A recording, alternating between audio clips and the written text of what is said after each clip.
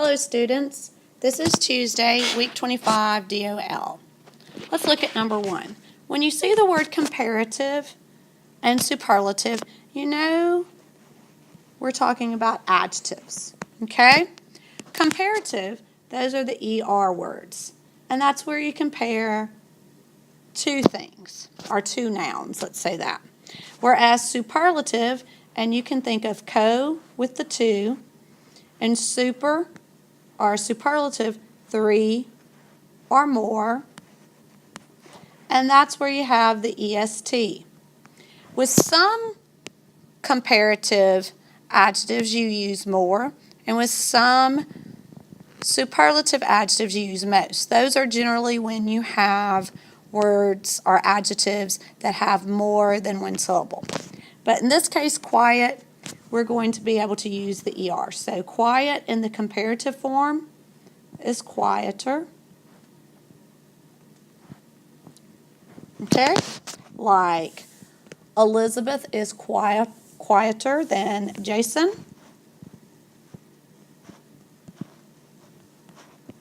Or if you said, of all three, Mary is the quietest of all. Now, when we look at number 2, it says underline all the nouns in this sentence. And keep in mind that nouns are people, places, things, and ideas. There are also situations where we have words that are nouns, but they may be serving as adjectives in the sentence. The kindergartners buzzed around the soccer ball like bees around a hive.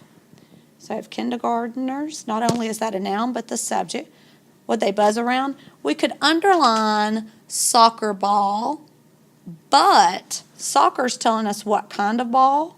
So ball is only the noun. The kindergartners buzzed around the soccer ball like bees around a hive. Now, just to point out here, around a hive, that would be a prepositional phrase. Around the soccer ball would also be a prepositional phrase as well. And then buzzed is a great action verb. Number 3, I use Post-it notes to label each page that needs corrections. Okay, first we're going to capitalize the I because it begins the sentence, and also because when you use the letter I to refer to oneself, you capitalize it. Post-it is a specific brand, so we're going to capitalize the P. We're going to put a hyphen, and it's really supposed to be, I'm trying to get it there, between the T and the I, and it would be lowercase. The P in post is capitalized, but the IT is lowercase, so it would be more like this. Post it. Okay? I use Post-it notes to labels misspelled, should be L-A-B-E-L. Each page is misspelled, it's spelled like the name, P-A-G-E. I use Post-it notes to label each page that needs, take away the K because that's misspelled, needs corrections, take the K and make that a C. And then we're going to put a period at the end. Now let's reread it and see if we have everything in its correct place and written correctly.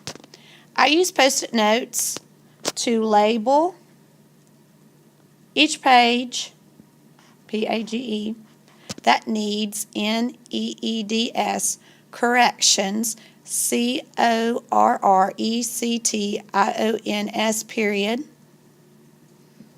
And that is a declarative sentence. Okay, number 4. After 10 laps around the track, his chest heaves in and out as he breathes. Okay, we're going to, actually, it's supposed to be breathe. Okay, we're going to capitalize the A in after. After 10 laps around the track, comma, his chest heaves, H-E-A-V-E-S, yes, that's correct, in and out as he breathes. Breathes is misspelled. That's like breath. B-R E-A T-H-E-S, as he breathes, period. I'll put a period over there. After 10 laps around the track, comma, his chest heaves in and out as he breathes. And that is another declarative. So both of these are declarative. Okay? On number 3, if someone says, use Post-it notes to label each page, that would be an imperative. Okay, number 5. We're going to put our hand beneath our chin, envelope, or envelope. Okay, my chin dropped 3 times. So we have E-N, then V-E, and then lope. E-N-V-E-L-O-P-E. It would be the third one.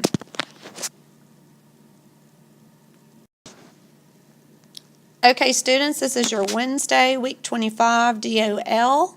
You need to watch this video as many times as you need in order to prepare for your quiz on Friday.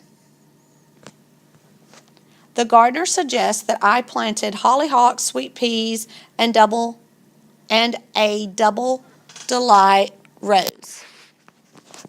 First of all, we're going to capitalize the T and the. The gardener suggests that we're going to capitalize the I. The gardener suggests that I plant hollyhocks, and that's going to remain lowercase and one word, but we need a comma. Sweet peas should be a comma after that. I'm making sure it's spelled correctly, yes. And the word a is what's going to signify this. And a double delight rose.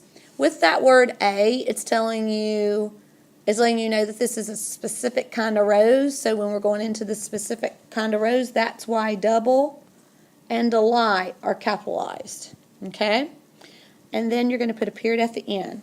The gardener suggests that I planted hollyhocks, sweet peas, and double delight.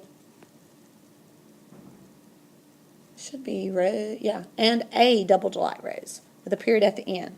Now in this case, it's a declarative, but you see the word suggest. That's kind of like a command. So if it said, I suggest you plant hollyhock, sweet peas, and a double delight rose, then it would change to imperative. Number 2, have you ever had to have your teeth pulled out by a dentist? Okay, so we have a few issues here. First, we're going to capitalize the H in have and put an E after the V. Have you ever had to, wrong to, we need T-O there. Wrong, have is misspelled, H-A-V-E. Wrong your, you need ownership, Y-O-U-R. So let's go back through. Have you ever had to have your teeth pulled out by, wrong by, a dentist, question mark.